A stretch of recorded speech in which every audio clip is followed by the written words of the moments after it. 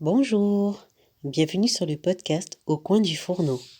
Je m'appelle Farah et j'ai fondé en 2019 mon entreprise Vrac Go et je propose également des ateliers zéro déchet, des ateliers cuisine durable et des animations d'événements éco-responsables. Ça fait un moment que j'ai envie de lancer un podcast et ça y est, enfin, je me lance. Dans ce podcast, j'ai envie de partager avec vous mes sentiments, mes humeurs. En fait, j'ai envie que ce podcast, ce soit un peu l'endroit où on peut parler d'écologie, on peut parler de tous les sujets de manière décomplexée. Dans cet épisode, je vais vous parler d'un sujet qui me tient à cœur.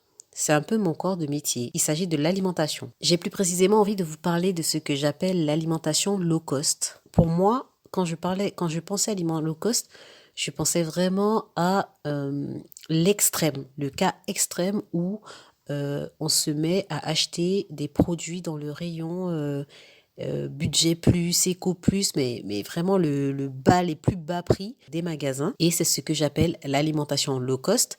Mais bien sûr, dans l'alimentation low cost, j'intègre aussi les pratiques des grandes surfaces d'une manière générale parce que les grandes surfaces, ce sont les spécialistes justement de cette alimentation low cost. D'habitude, le low cost, on en parle surtout pour les voyages, les vêtements, etc. Mais ça existe aussi pour l'alimentation. Moi, j'ai l'impression qu'il y a vraiment deux ou plutôt trois types d'alimentation. Il y a ce qu'on appelle l'alimentation fine, donc tout ce qui est produits de luxe, caviar, les trucs comme ça, là. Et c'est toujours vendu dans des mini pots, des tout petits pots de 35 grammes. Et puis le prix au kilo, faut pas le regarder parce que ça va vous faire très très très mal au cœur. Donc l'alimentation qu'on trouve dans les épiceries fines. Généralement, ces épiceries, d'ailleurs, se trouvent dans les grandes villes, dans l'hypercentre, dans les quartiers les plus jolis, les plus luxueux. Au milieu, je mettrais l'alimentation de monsieur, madame, tout le monde. Donc, l'alimentation normale. Je ne sais pas comment appeler ça autrement. Normalement, ça devrait être des produits de qualité, des produits locaux qui viennent chez les producteurs, etc. Et à l'extrémité, à l'opposé de tout ça, il y a cette fameuse alimentation low cost. Donc c'est tout ce qui est produit à très bas prix. La qualité n'est pas au rendez-vous. D'ailleurs, c'est ce qui explique le prix. Les prix sont cassés. C'est ça que je mets dans la catégorie alimentation low cost. Pour moi, cette alimentation, elle pose vraiment un problème d'éthique et aussi un problème dans l'éducation alimentaire des familles, des enfants et même des adultes d'aujourd'hui parce que ça nous a donné une fausse idée du prix que devrait coûter ce qu'on mange. Quand j'étais gérante de mon épicerie itinérante, au début, si j'avais pas déjà l'habitude d'acheter dans des magasins producteurs chez des artisans, j'aurais pu être choquée par les prix de vente, les prix d'ailleurs auxquels moi-même j'achetais les aliments, sachant que pour qu'une épicerie puisse gagner sa vie, en tout cas le gérant de l'épicerie et ses salariés puissent gagner de l'argent, au prix d'achat, il faut rajouter ce qu'on appelle une marge, donc un pourcentage qui permet de couvrir les frais de l'épicerie, les salaires, payer les charges, etc. Donc, par exemple, si on achète un produit à 4 euros chez un producteur, généralement, les marges, c'est entre 1,75, 2 et plus pour les magasins qui n'ont vraiment aucun scrupule. Pour ajouter cette marge-là, c'est ça qui va permettre que l'épicerie, le magasin, est viable et peut continuer de vendre les produits, etc. Généralement, les producteurs, ils réduisent aussi, le producteur, sa marge quand il vend à ce prix-là, quand il vend à 4 euros. Et le fait de réduire sa marge, comme on achète nous les magasins, enfin je dis nous parce que j'étais un magasin, on achète en plus grande quantité, donc il gagne quand même un peu plus d'argent, mais il gagnerait encore plus s'il le vendait directement au client parce que là il pourrait mettre un prix juste, donc le prix qui lui permet de vraiment payer toutes ses charges et d'être rentable. Après, ça peut être un inconvénient aussi pour les producteurs de vendre directement aux particuliers parce que soit il faut qu'ils aient une boutique, soit il faut qu'ils fassent de la vente à la ferme. En tout cas, ça demande d'être beaucoup plus disponible que de livrer un magasin ou de livrer un revendeur. En fait, ce que je voulais dire par là, c'est que quand on sait que déjà on achète et on doit rajouter la marge pour vendre, moi je voyais que waouh quoi. Enfin, je me demandais est-ce que les clients ils vont accepter puisque on n'est pas éduqué à payer le prix juste qui permette à un producteur de gagner sa vie. Moi, ça m'a pas choqué, hein, comme je le disais, ça m'a pas vraiment choqué puisque j'avais l'habitude, mais c'était plus pour les clients. Donc, j'ai passé pas mal de temps à échanger avec les clients de mon épicerie, à leur expliquer, ben voilà, oui, c'est pas le même prix qu'en grande surface parce que je travaille directement avec le producteur, je ne négocie pas les prix. Le producteur me dit, voilà, je te vends ça à 4 euros le kilo. Je n'ai jamais remis en question son prix parce que je me suis dit, 4 euros le kilo, c'est le prix à partir duquel il gagne sa vie. Si j'ai ouvert mon épicerie, c'est parce que j'avais envie de proposer un mode de consommation éthique qui permette de soutenir l'agriculture locale, qui participe, on va dire, à la souveraineté alimentaire. Parce que, en fait, si on arrête d'acheter chez nos producteurs français, nos producteurs locaux, ben, ils vont tous fermer boutique, ils vont tous arrêter leur activité et on va se retrouver dans une situation où il y aura plus d'agriculture en France. Là, je parle d'un cas extrême, mais c'est pas, en fait, c'est pas impossible, hein. On peut se retrouver dans une situation où les producteurs baissent tous les bras, les agriculteurs arrêtent l'agriculture, décident de vendre leur terrain pour faire autre chose, pour faire bâtir des maisons, des bâtiments. Ils arrêtent de travailler la terre et on finira par être dépendant donc de l'importation d'autres pays. Et admettons qu'on se retrouve dans une situation soit de guerre, soit de confinement, soit là c'est vraiment la panique, comment s'adapter. Ben, s'il y a plus de terre à cultiver ou qu'on repart de zéro, ça met quand même un peu de temps à démarrer. Est-ce que les quantités seront suffisantes pour nourrir tous les Français? Je dis pas que ça va arriver, qu'un jour on sera en guerre, qu'un jour on sera en confinement, mais ne serait-ce que pour la sécurité alimentaire de la population, je trouve ça normal de localiser l'alimentation de la population française en France et que tout ce qui est issu de l'importation, ce soit du plus, quoi, hein, du bonus pour varier, pour diversifier, pour faire un peu plus, mais on ne devrait pas dépendre d'importation. Bon, c'est pas notre cas, hein, en France, pas encore, mais on ne peut pas finir par devenir dépendant de produits importés. Quand on ne soutient pas les producteurs, donc on n'achète pas leurs produits parce qu'on trouve qu'ils sont trop chers, alors qu'en fait c'est la valeur de ces produits-là, on met en danger ces métiers-là, on met en danger notre accès à l'alimentation. Quand je le dis là comme ça a l'air d'être tellement loin. En fait, c'est la réalité. C'est pour ça que les agriculteurs sont dans la rue régulièrement, c'est pour ça que les producteurs, ils sont en galère, c'est parce que c'est une réalité. Ils ont peur que leur métier disparaisse. Ils n'arrivent pas à vivre de leur activité, ce qui n'est pas normal. Les personnes qui nous nourrissent ne peuvent pas se nourrir correctement. Je trouve ça triste, déjà, et je trouve ça injuste. Donc c'est pour ça que ce terme-là de dire une juste rémunération des producteurs, bah ouais, moi je trouve que c'est parlant et c'est vers ça qu'on doit aller. L'alimentation low cost ne permet pas ça. Moi, quand je vois les prix qui sont appliqués dans les grandes surfaces sur certains produits, ces aliments-là, ils sont pas de très bonne qualité nutritive. Ils vont remplir, mais après, une fois que ça a été digéré, en termes d'apport en énergie, d'apport en vitamines, en minéraux, mais en fait, c'est très pauvre. C'est vraiment des trucs qui vont remplir. Il y a tellement de documentation, d'émissions, de reportages qui expliquent tout ça, pourquoi il faut choisir des céréales de bonne qualité, qui sont riches en fibres, etc.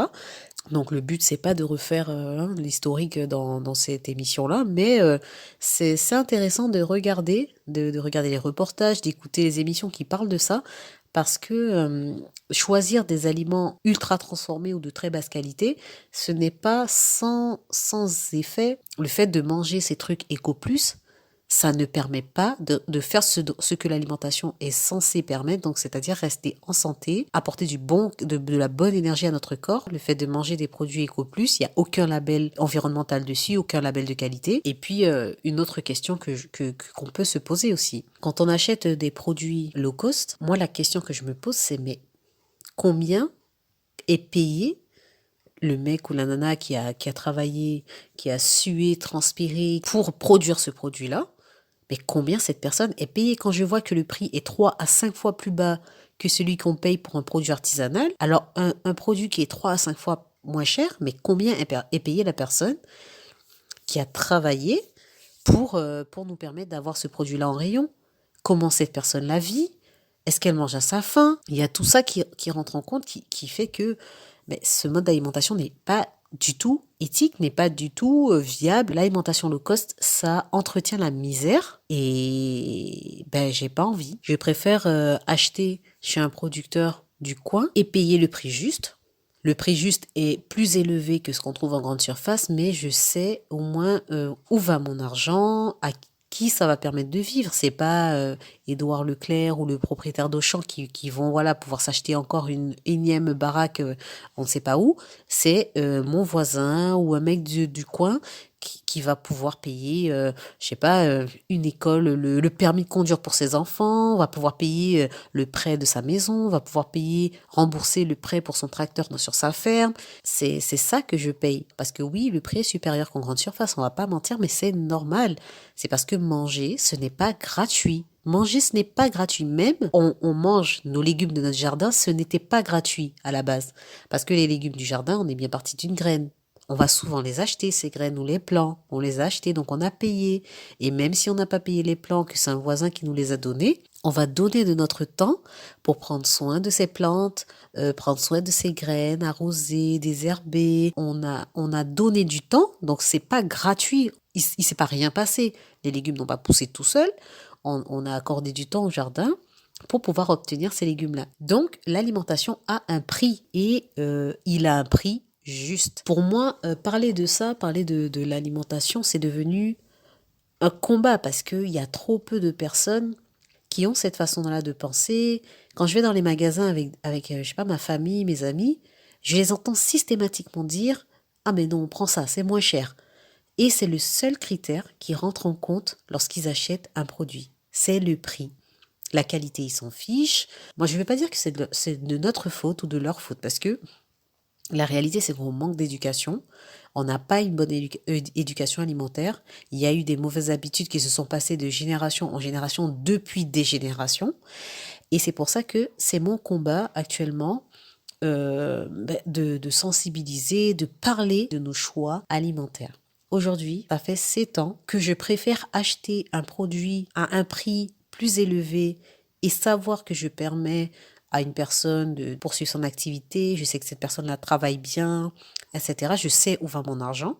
J'ai compris maintenant que moi, je n'accepterai pas qu'on me paye mal, alors que j'ai travaillé pendant des jours, des mois, des années pour obtenir un légume et que je ne sois pas payée à la hauteur de mon travail. Je refuserai ça, donc je ne le fais pas subir à quelqu'un d'autre. C'est important pour moi. J'ai vraiment envie de vider mon sac là sur le sujet. Et puis, je serais très intéressée aussi pour avoir vos réactions, savoir ce que vous en pensez. Est-ce que vous aussi, vous avez cette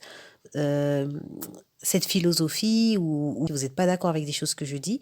Je serais très, très contente de pouvoir échanger et discuter. En fait, j'ai envie de parler de ça parce que tous les épisodes que je vais proposer, ce sera autour de l'alimentation. Et l'alimentation low cost, c'est justement ce contre quoi je me bats. Donc, c'est pour ça que là, dans cet épisode, je vais beaucoup parler de ce qui me pose problème dans l'alimentation low cost.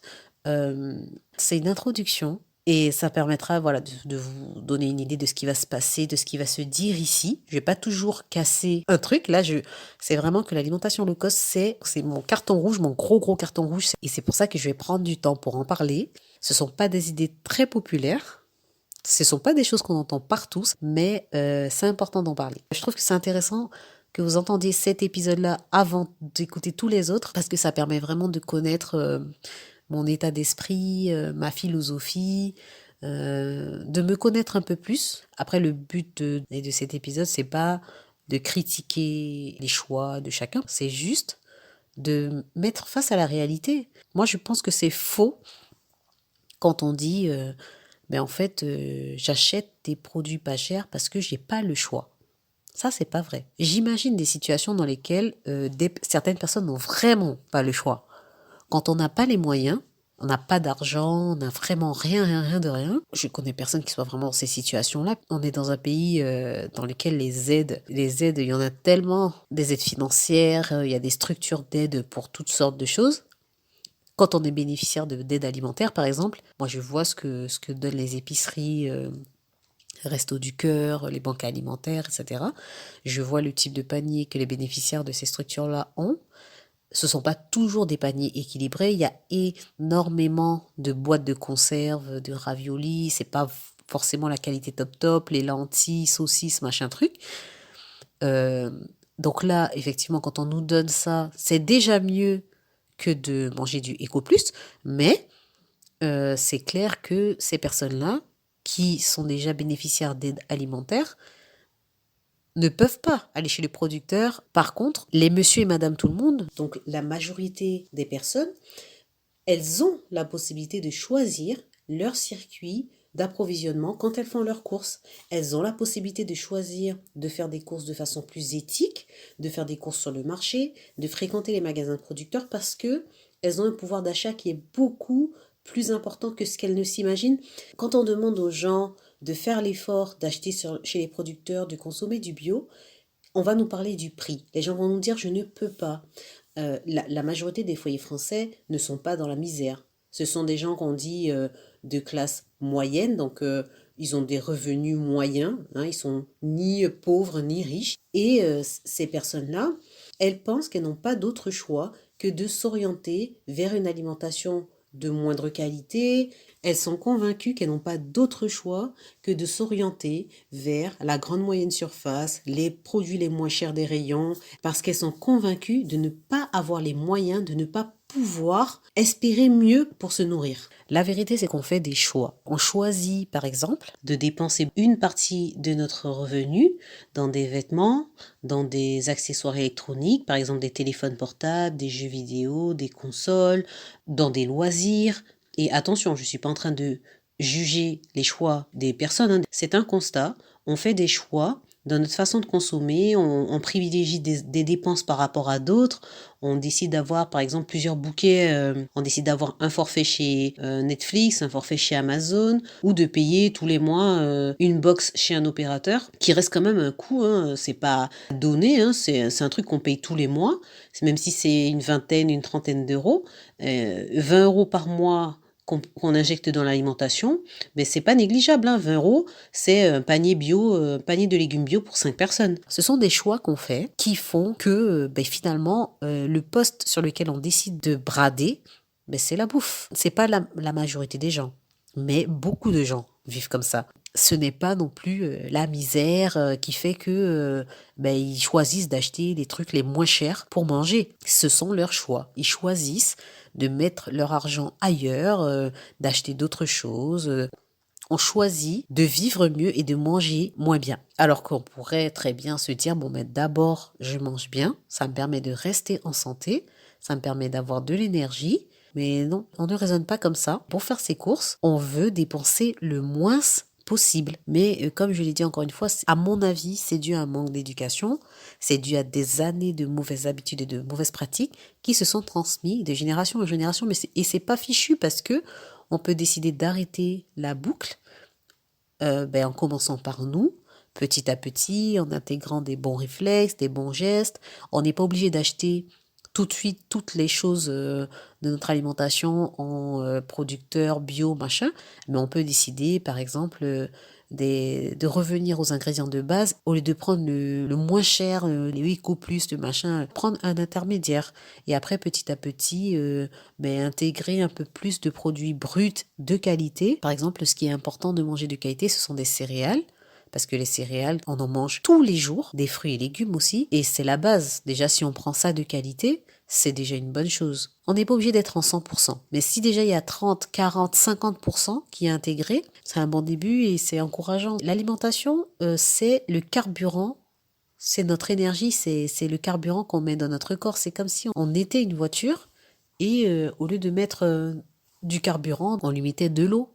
Ou on lui mettait, je sais pas moi, de l'huile de tournesol, de mettre un mauvais carburant dans le réservoir, ça va pas tout de suite faire péter la voiture, mais à long terme, le moteur il va finir en mauvais état et finalement la voiture va pas durer longtemps. Mais le corps humain c'est la même chose. On mange tous les jours, on mange 3 à 4 repas par jour et si on mange pas, on meurt. Donc on ne peut pas faire l'impasse sur la qualité de ce qu'on mange, on peut pas faire l'impasse sur le choix des ingrédients qu'on met dans notre corps parce que c'est ce qui nous permet d'être en vie, de nous maintenir en vie. Et c'est pas normal qu'on décide de sacrifier la qualité de notre carburant pour pouvoir avoir un joli téléphone et une belle voiture. Je caricature un peu, mais c'est parce que c'est la réalité, hein. On est prêt à payer 4 abonnements à 30, 40 euros par mois, des Netflix, des Amazon Prime, des trucs comme ça, Par contre, on met pas la somme qu'il faut dans notre bouffe. Donc pourquoi pour notre alimentation, on bataille, on compare les prix, et en plus on compare pas bien les prix. C'est ça le pire. On compare pas bien les prix, on compare à l'unité, pas au kilo. Enfin, donc c'est pour ça que je dis que tout est une question de choix. Et ce choix, donc le choix d'une alimentation, une bonne alimentation ou une alimentation low cost, ça dépend de notre volonté, ça dépend de notre motivation. Et une fois qu'on a fait ce choix-là, une fois qu'on a choisi la santé, qu'on a choisi d'acheter des aliments non traités, qu'on a choisi d'acheter des aliments de saison, ben, une fois qu'on a choisi tout ça, ben ouais, ça va demander de s'adapter, hein, parce que on n'a plus les mêmes réflexes, on cuisine plus de la même façon. Moi, je me rappelle quand je venais de commencer à acheter un peu plus de légumes que je ne connaissais pas, puisque j'étais vraiment bloquée dans mes habitudes. J'ai grandi en Guyane, on mange pas les mêmes légumes et puis on les mange pas de la même façon. Sur les marchés, je savais que j'aurais pas les mêmes légumes qu'en Guyane. Mais les légumes que je ne connaissais pas, je ne demandais même pas ce que c'était ni comment ça se préparait. Je les regardais, je les reconnaissais pas, je les prenais pas. Je passais mon chemin et je restais bloquée sur les légumes qui me rassuraient. Donc que je connais, par exemple, sur les étals des marchés, généralement les producteurs, je leur prenais les salades parce qu'elles sont toujours magnifiques chez les producteurs, bien croquantes, très belles. Par contre, tous les autres légumes, surtout l'hiver, hein, l'automne et l'hiver, les autres légumes qui étaient de saison mais que je ne connaissais pas, ben, je les regardais et je ne les prenais pas. Donc je continuais mon chemin jusqu'à ce que je croise par exemple des aubergines, des tomates, des concombres, des poivrons, des trucs comme ça. Et je répète qu'on était en automne ou en hiver. C'était pas du tout la saison, mais ça me rassurait d'avoir ces légumes-là. Donc au tout début, lorsque j'ai commencé à vouloir faire évoluer mes habitudes de consommation, j'avais quand même ce réflexe-là de bah, je connais pas ces légumes, je le prends pas. Et à manger ben, des trucs hors saison. C'est vrai que le goût n'était pas foufou, hein. Puisqu'en Guyane, on mange de toute façon que de saison, nos légumes du marché. Donc les aubergines que j'achetais à ce moment-là, je me disais, mais bon, c'est peut-être la variété d'ici, c'est pour ça que c'est pas top top. Et bon, bref. Et puis un jour, en discutant avec la cuisinière de la cantine du collège dans lequel je bossais, elle m'a dit, on va afficher le calendrier des fruits et légumes de saison. Je me suis dit, bah, tiens, je vais chercher le calendrier des fruits et légumes de saison, comme ça je vais essayer de manger moi aussi de saison. J'ai commencé à essayer de faire l'effort, et le premier légume que j'ai bien voulu acheter, parce que je connaissais déjà, c'était le chou-fleur, mais j'aime pas ça. J'ai regardé sur internet au début des recettes et c'est vrai qu'à l'époque, enfin à l'époque c'était il y a pas si longtemps que ça, c'était en 2017, c'était la mode des régimes healthy, la tout cuit à la vapeur, le blanc de poulet, machin, bon, bref. Donc je trouvais beaucoup de recettes comme ça de chou-fleur cuit à la vapeur, bon, en tout cas le chou-fleur et moi c'était pas l'amour fou. Donc quand j'ai commencé à manger de saison, j'étais malheureuse, c'était l'hiver. Il y avait beaucoup de chou-fleur, du fenouil, enfin, des choux raves, etc. Je savais pas cuisiner tous ces trucs-là. Heureusement, j'ai fait des aventures. Je me suis dit, bon, les recettes d'internet, là, elles m'ont fatiguée. J'ai commencé à tester des trucs, donc grâce aux beignets, au gratin, au taboulé, le chou-fleur rôti, j'ai commencé à me réconcilier avec le chou-fleur. Tout ça pour dire qu'en fait, le fait de manger de saison, ça permet déjà d'expérimenter, ça permet d'avoir un panel de recettes et de saveurs, de goûts, de choses qu'on mange. C'est super intéressant. Ça permet aussi d'utiliser les épices. Parce que quand on en a marre de manger par exemple du chou-fleur gratin, machin truc, on peut faire du chou-fleur rôti, un coup avec du paprika, un coup avec du curry, un coup avec du curcuma. Voilà, on peut utiliser des épices, on peut utiliser des sauces, on peut utiliser des pestos. C'est super intéressant, ça permet de se réconcilier avec les légumes. Et puis j'ai décidé de faire confiance aussi, hein. J'ai décidé de faire confiance à la nature. J'ai toujours entendu dire que la nature nous propose chaque saison ce dont notre corps a besoin. Et c'est vrai que l'hiver, on a des légumes racines qui sont très riches en vitamines, en minéraux, vitamine C, donc ils sont là pour renforcer notre système immunitaire, ils sont calants, donc ils tiennent bien au corps, quoi. Ça permet de garder une masse graisseuse importante, donc qui permet de lutter contre le froid. La vitamine C, ça nous permet d'avoir un système immunitaire plus fort. Donc c'est vrai que chaque saison nous apporte ce dont notre corps a besoin. L'été, on a beaucoup de légumes et des fruits qui sont gorgés d'eau. Il y a des légumes aussi qu'on peut griller en barbecue. Bon, c'est pas vraiment prévu par la nature, mais la nature, elle est capable de nous proposer ce dont on a besoin.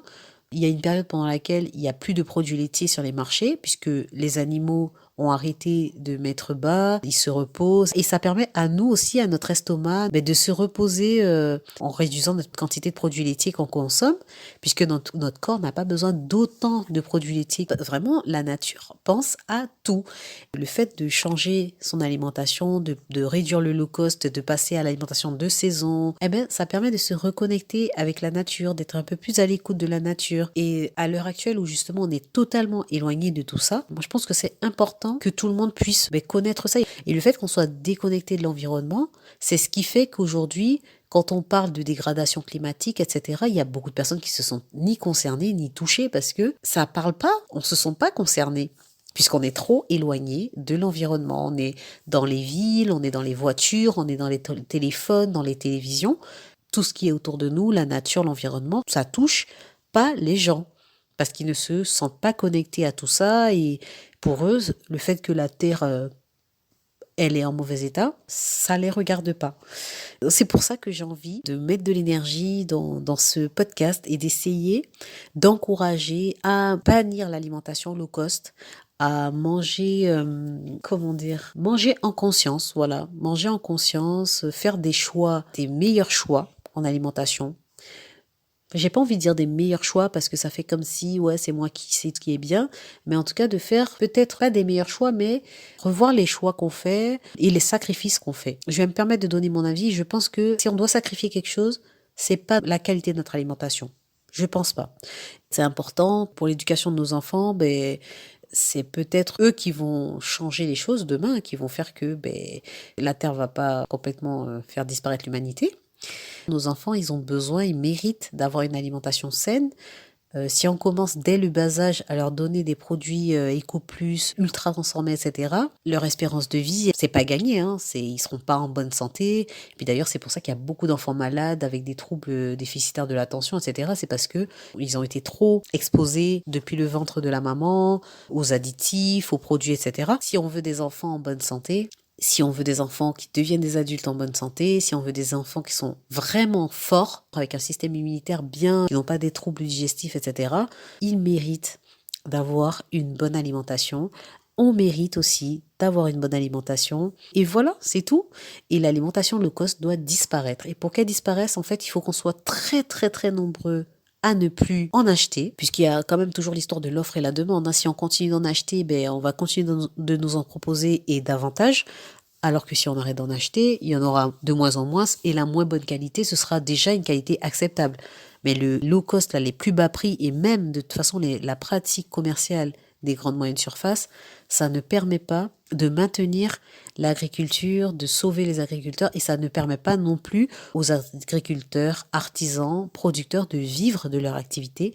Et ça, c'est pas normal. C'est pas normal, comme je l'ai dit à un moment donné au début du podcast, que les personnes qui nous nourrissent ne peuvent pas se nourrir correctement. Donc faisons des bons choix, faisons des choix qui sont positifs, des choix qui vont dans le bon sens et ce sont ces choix-là qui vont permettre que nos enfants vont pouvoir vivre en bonne santé, vont pouvoir transmettre des bonnes valeurs à leurs enfants et c'est aussi ça qui va permettre que on fasse changer les choses, hein. Même si on change un tout petit truc, hein, on fait des petits pas, mais déjà supprimer l'alimentation low cost, même si c'est commencer par supprimer tous les produits éco plus budget machin truc, même si on fait juste ça, on aura fait quelque chose parce que le fait qu'on arrête de consommer ces produits-là, ils ne seront plus proposés et ça fait que déjà on va planter une graine qui va, j'espère, germer et faire évoluer les choses. N'oubliez jamais que le super pouvoir qu'on a, c'est notre portefeuille et les euros qu'on dépense. C'est pas rien, ce n'est pas rien.